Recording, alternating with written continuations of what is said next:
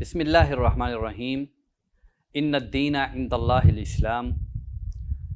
ناظرین، اسلامی ضابطہ حیات کورس میں خوش آمدید۔ اس سے پہلے اس کورس کا ایک کلاس ہماری ہو چکی ہے، آج وہ فرسٹ لیکچر کا سیکنڈ پارٹ ہے۔ اس سے پہلے ہم نے گفتگو کی کہ کانسٹیٹیوشن آف لائف، دستور حیات اور سورسز آف نالج، یعنی کہ اگر انسان اپنی زندگی میں کوئی دستور حیات بنانا چاہتا ہے تو سورسز آف نالج کیا کیا ہیں جن کی بنیاد پر وہ دستور حیات بنا سکتا ہے، جس میں ہم نے حواس، انسان کی آبزرویشن ہے، عقل، اور پھر اس کے بعد ہم نے وجدان، اور پھر آخر میں وحی کے اوپر بات کی تھی۔ سورسز آف نالج اور ان کا ایک ریشنل بیس پہ ان کی انالیٹیکل سٹڈی ہم ایک کر چکے ہیں۔ اب آج اسی لیکچر کا سیکنڈ پارٹ ہے کہ آج انہی سورسز آف نالج کو ایک دوسرے پہلو سے ہم دیکھتے ہیں، یعنی یہ چاروں سورسز آف نالج، حواس، عقل، وجدان اور وحی، کہ یہ جب ان میں سے کسی ایک کو پریارٹی پہ رکھا جاتا ہے، فار ایگزامپل اگر ہم حواس کو پریارٹی پہ رکھتے ہیں، ترجیح پہ رکھتے ہیں، اسی طرح یا عقل کو یا وجدان کو یا پھر ہم وحی کو، ان میں سے کوئی ایک سپیریورٹی پہ رکھتے ہیں تو اس کے نتائج کیا برآمد ہوتے ہیں۔ فار ایگزامپل ہم یہ دیکھتے ہیں کہ اگر ہم جو حواس ہیں انسانی، ان کو سورس آف نالج میں ہم پریارٹی پہ رکھتے ہیں، ترجیح میں رکھتے ہیں، تو ان کی بنیاد پر کس طرح کی سوسائٹی ڈیولپ ہوتی ہے، کس طرح کا معاشرہ سامنے آتا ہے۔ مثلا جب حواس کو ایک ذریعہ علم مان لیا جائے، سورس آف ایک نالج مان لیا جائے، حواس سے مراد آبزرویشن ہے، انسان کے 5 حواس کی ایک جو طاقت ہے، سونگھنا ہے، چکھنا ہے، اور اسی طرح ٹچ کرنا ہے، دیکھنا ہے، سننا ہے۔ تو یہ سب سے پہلے انسان کا اس کائنات کے ساتھ، اس ورلڈ کے ساتھ جس میں وہ جی رہا ہے، اس کا جو اس کے ساتھ ریلیشن قائم ہوتا ہے، انہی حواس کی بنیاد پر قائم ہوتا ہے۔ تو یہ حواس جب ان کو ہی ترجیح دے دی جائے اور ان کو ہی فیصلہ کن حیثیت دے دی جائے تو ان کی بنیاد پر پھر کون سی سوسائٹی، کون سا معاشرہ سامنے آتا ہے۔ واضح رہے، حواس کو جب ترجیح دے دی جائے تو اس وقت جو چیز سامنے آتی ہے وہ یہ کہ ڈیفینیشن آف ریئلٹی، حقیقت کا جو ایک وجود ہے، حقیقت کی جو تعریف ہے، وہ چینج ہو جاتی ہے۔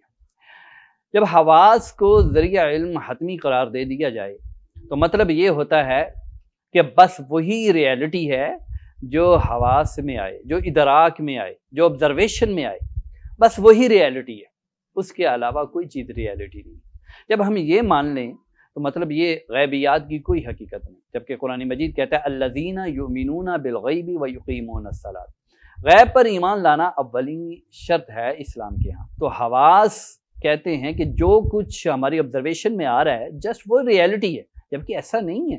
ریئلٹی کی ڈیفینیشن یہ نہیں ہے، ریئلٹی کی جو اس کی لمیٹیشنز ہیں، اس کی جو حدود و قیود ہیں، وہ یہاں تک محدود نہیں ہے اس کائنات تک، بلکہ اس کائنات سے وراء الورا، اس سے باہر بھی ریئلٹی موجود ہے۔ اللہ تعالیٰ ایک حقیقت ہے، فرشتے حقیقت ہے، جنت حقیقت ہے، جہنم حقیقت ہے، آخرت حقیقت ہے، تو ان کا اس دنیا میں کوئی وجود نہیں ہے۔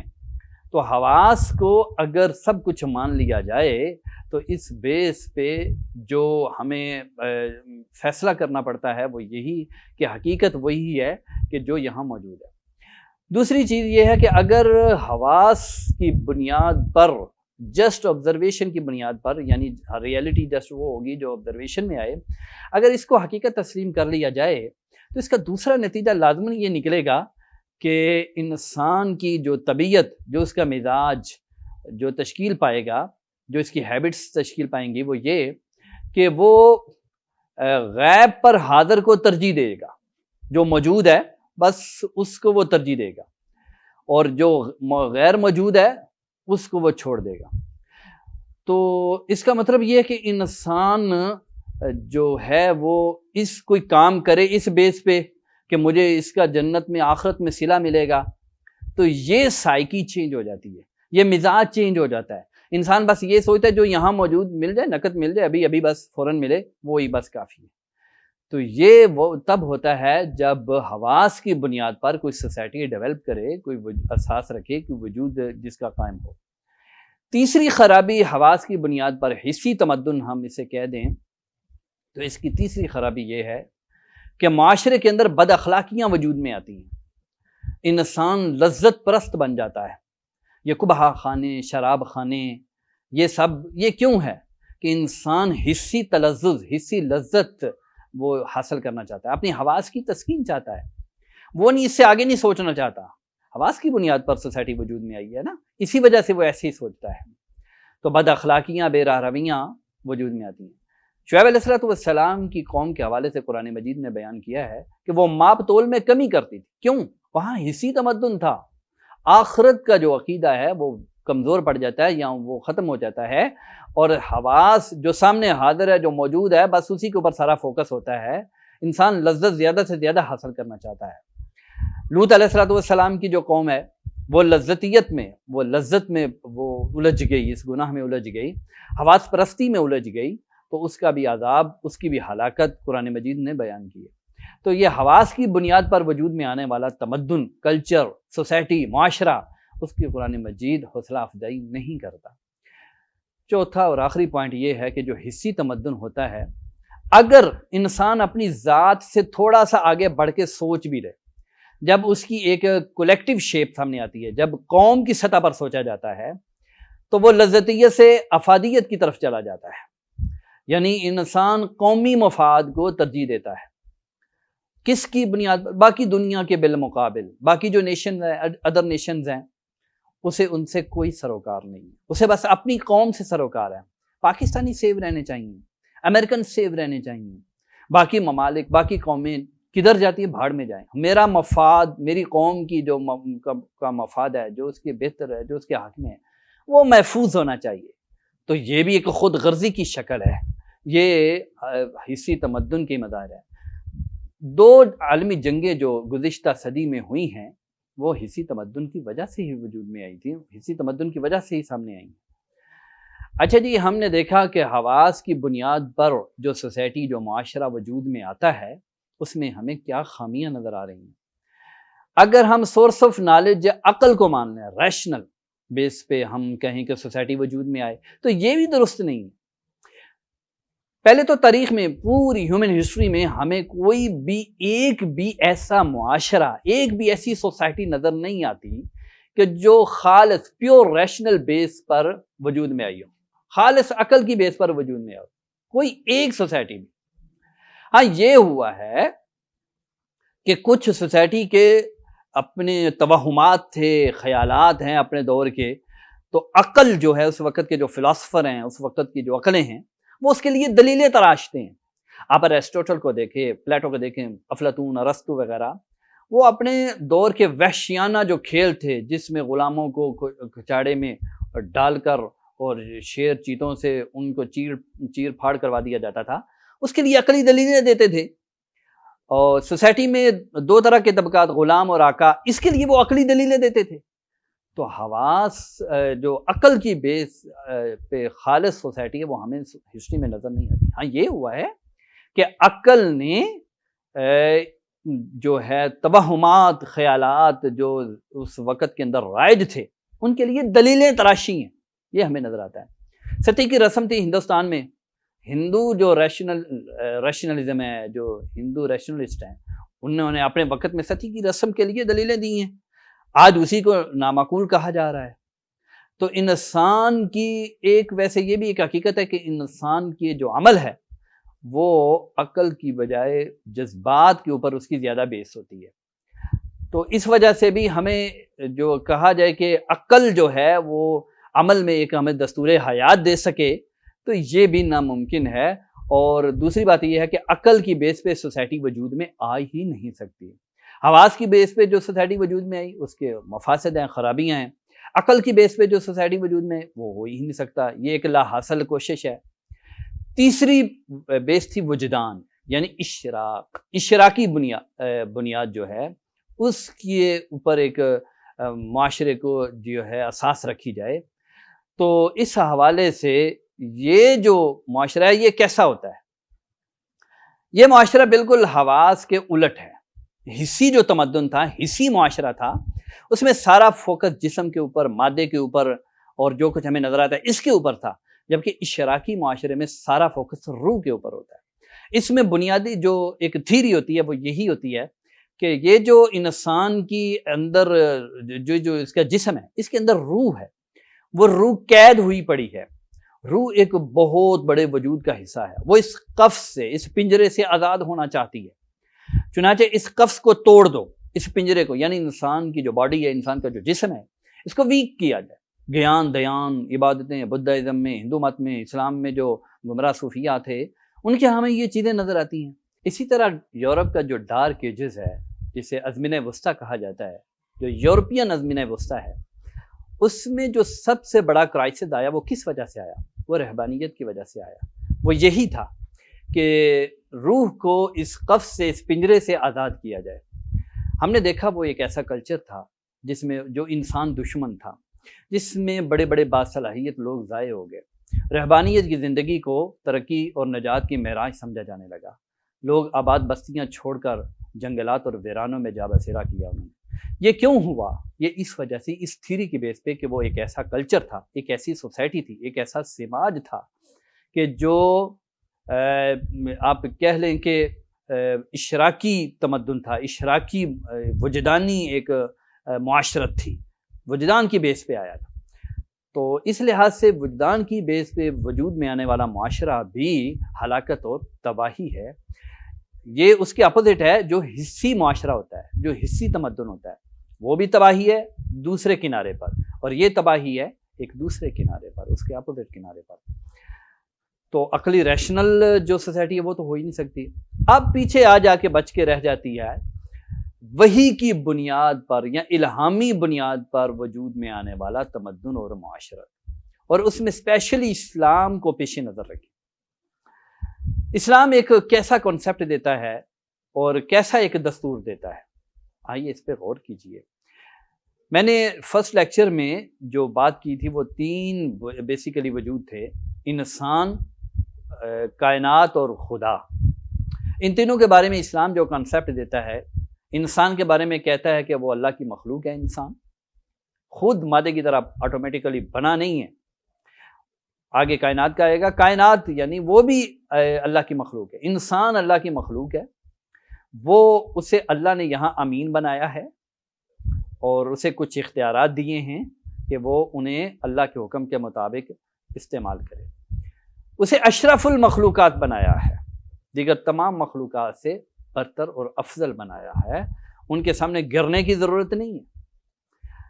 اور پھر انسان کی زندگی کا جو مقصد ہے، مقصد حیات ہے، وہ عبادت متعین کیا ہے۔ اور عبادت کا مطلب یہ نہیں ہے کہ بس مسجد اور خانقاہوں میں جا کے سجدہ ریز ہو جاؤ، بلکہ عبادت کا مطلب یہ ہے کہ اپنی پوری کی پوری زندگی اللہ کے احکام کے مطابق کر لو، اپنی سیاست، معیشت، معاشرت، اپنی روزہ، نماز، زکوٰۃ، ہر چیز، اپنی انڈیویجول لائف، پبلک لائف، اپنی انفرادی زندگی، اجتماعی زندگی، وہ اللہ کے احکام کے مطابق کر لو۔ اور پھر اسلام جو انسان کو ایک کانسیپٹ دیتا ہے وہ آخرت کا، حساب کا ایک تصور ہے کہ یہاں جو بھی اعمال آپ سر انجام دیں گے، آخرت میں آپ کا ان کا حساب ہوگا۔ فَمَن يَعْمَلْ مِثْقَالَ ذَرَّةٍ خَيْرًا يَرَهُ وَمَن يَعْمَلْ مِثْقَالَ ذَرَّةٍ شَرًّا يَرَهُ۔ ذرہ برابر بھی خیر و شر آپ کے سامنے آ جائے گا۔ یہ انسان کا ایک تصور ہے جو اسلام دیتا ہے۔ دوسری چیز ہے کائنات۔ کائنات کے بارے میں اسلام یہ کہتا ہے کہ یہ کائنات، اس میں موجود ہر چیز خدا کی مخلوق ہے۔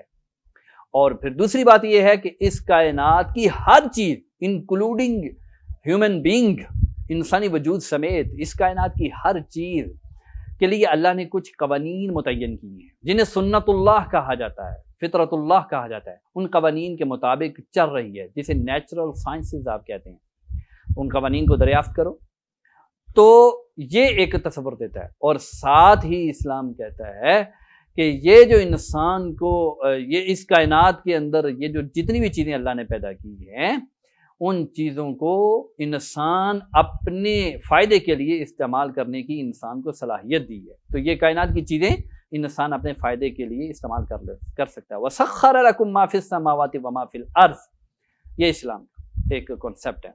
اور پھر کہا یہ آزمائش ہے تمہارے لیے. آزمائش اس معنی میں کہ اسے اللہ کے احکام کے تابع رکھ کے استعمال کرتے ہیں یا اپنی مرضی سے، یا آپ الہامی تمدن اور معاشرہ وجود میں لے کر آتے ہیں، یا آپ حصی تمدن وجود میں لاتے ہیں، یا آپ اشراقی تمدن وجود میں لاتے ہیں.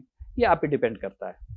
تو یہ آپ اگر اللہ کے احکام کے مطابق چل کر ایک ایسی سوسائٹی ڈیولپ کریں گے تو کل کو آپ کی کامیابی اور فلاح آپ کی یقینی ہے آپ کے لیے. تو یہ اسلام ایک تصور دیتا ہے. یہاں ایک بات یاد رکھیے، اسلام یہ بھی کہتا ہے کہ جس طرح یہ کائنات جو کچھ یہاں نظر آ رہا ہے، اس کائنات کے اندر دو وجود ہیں. ایک وجود ظاہر مادے کا ہے جو ہمیں نظر آ رہا ہے، اور دوسرا وجود اس کا ایک اخلاقی وجود ہے. اچھائی ہے، برائی ہے، بلند ہے، نیچے ہے، یہ بڑا پن ہے، چھوٹا پن ہے، یہ اخلاقیات ہیں کچھ. تو وہ بھی وجود ہے، اور اسلام کنٹرول کرتا ہے، پیمانہ ٹھہراتا ہے ان اخلاقیات کو. کہتا ہے ان کے مطابق اس کائنات کو چلانے کی کوشش کرو، اس کا نظام، اس کا سسٹم چلانے کی کوشش کرو. اچھا جی، ہم یہ ہے جو وحی کی بنیاد پر، جو اسلام کی بنیاد پر جو ایک سوسائٹی وجود میں آتی ہے، اس کے کیا اثرات پڑتے ہیں؟ واضح طور پر انسان جب دیکھتا ہے میں یہاں ایک بڑے مالک کے ماتحت ہوں، جب وہ دیکھتا ہے آخرت میں میرا حساب ہوگا، جب وہ دیکھتا ہے یہاں کچھ بھی اس کا اپنا نہیں، حقیقت میں خدا کیا، لیکن اس نے اختیار دے رکھا ہے کہ تم چلاؤ اور آخرت میں تم سے حساب لوں گا، یہ آزمائش ہے تمہارے. جب انسان یہ ساری چیزیں دیکھتا ہے تو اس کے اندر ذمہ داری کا ایک تصور وجود میں آتا ہے. تو وہ ذمہ دار ہو کر، باشعور ہو کر، بڑے احتیاط کے ساتھ کائنات سے بھاگتا بھی نہیں ہے، اور کائنات میں ہی کھب نہیں جاتا، اس میں ہی الجھ نہیں جاتا، بلکہ اس کو اللہ کے احکام کے مطابق اور پوری ذمہ داری عدل کے ساتھ اسے چلانے کی کوشش کرتا ہے. تو ایک خدا کا تصور ہے جس میں وہ اللہ تعالیٰ مالک ہے، مدبر ہے، ربوبیت ہے، وہ ہر وقت پرورش کر رہا ہے. وہ خدا اس دنیا سے لا تعلق نہیں ہے، ہر لمحہ اٹیچ ہے اس کے ساتھ. اس کی نگرانی میں یہ دنیا آگے بڑھ رہی ہے، اور اس کی پرورش سے یہ آگے بڑھ رہی ہے. اس نے پھر ایک صرف پرورش ہی نہیں کی، وجود ہی نہیں بخشا، اس نے بلکہ ہدایت نامہ بھی دیا ہے اور ایک دستور بھی دیا ہے. بڑا معتدل، متوازن اور کمال عدل و انصاف پر مبنی ہے وہ دستور حیات. تو اسلام نے کائنات اور انسان اور پھر اسی طرح خدا کا جو تصور ہے وہ ایک بڑا متوازن تصور دیا ہے، اور اس کا جو اثر پڑتا ہے انسان ایک ذمہ دار بن دیتا ہے. اور پھر اسلام ایک مقصد، اس کی زندگی کا ایک مقصد متعین کرتا ہے کہ یہ تمہاری زندگی کا مقصد ہے، اس کے مطابق تم نے زندگی بسر کرنی ہے. یعنی یہ نظام، یہ سسٹم، یہ چیزیں وجود میں آنی چاہیے. جب زندگی کا کوئی مقصد متعین ہوتا ہے تو زندگی میں ایک حرکت آ جاتی ہے، با مقصد زندگی ہو جاتی ہے. اللہ تبارک و تعالیٰ کا جو تصور، جو کنسپٹ اسلام دیتا ہے وہ بہت بڑا کنسپٹ ہے. یعنی اللہ تعالیٰ اس قدر، اللہ تعالیٰ جو ہے بڑی ہستی ہیں، انہوں نے ہر چیز کو پیدا کیا ہے. جب انسان یہ سوچتا ہے تو یہ قبائل، یہ قومیں، یہ وطن، یہ ساری تقسیمیں انسان کو حقیقی نظر نہیں آتی. یہ وقتی طور پر تھوڑا سا انٹروڈکشن کے لیے، تھوڑا سا ایک دوسرے کے تعارف کے لیے، باہمی تعارف کے لیے یہ چیزیں رہ جاتی ہیں. تو یہ اسلام کا کانسیپٹ ہے، اسلام کا تصور ہے. جو اسلام کی بیس پہ سوسائٹی جو وجود میں آتی ہے، جو معاشرہ وجود میں آتا ہے، ہم دوسرے لفظوں میں کہہ سکتے ہیں وہ ایک ایسا معاشرہ ہوتا ہے جس میں سب کے مفادات کا خیال بھی ہوتا ہے، اور سارے ذمہ داری کے ساتھ تمام فرائض سر انجام دیتے ہیں، اور ایک ذمہ دار انسان وجود میں آتا ہے، اور جس میں ایک کمال اعتدال اور توازن کے ساتھ انسان زندگی بسر کرتا ہے. امید ہے آپ کو یہ بات سمجھ آئی ہوگی کہ سوسائٹی اور سماج اگر سورس آف نالج کے اعتبار سے دیکھا جائے، ذرائع علم کے اعتبار سے دیکھا جائے، تو وہ چار بنتے ہیں، اور چاروں کی بیس پہ ہم نے پہلے ان چاروں کے ایک تجزیاتی مطالعہ کیا، ان میں سے کون سا ہے جو دستور حیات دے سکتا ہے. پھر ہم نے دیکھا کہ جو ان کی بیس پہ جو ہسٹری میں ایک معاشرے جو وجود میں آئے ہیں، ان کے جو نتائج و اثرات ہیں وہ ہم نے ڈسکس کیے. امید ہے آپ کو یہ بات سمجھ آئی ہوگی. میں اللہ سے دعا کرتا ہوں کہ اللہ ہمیں اسے سمجھنے کی توفیق عطا فرمائے. السلام علیکم ورحمۃ اللہ وبرکاتہ.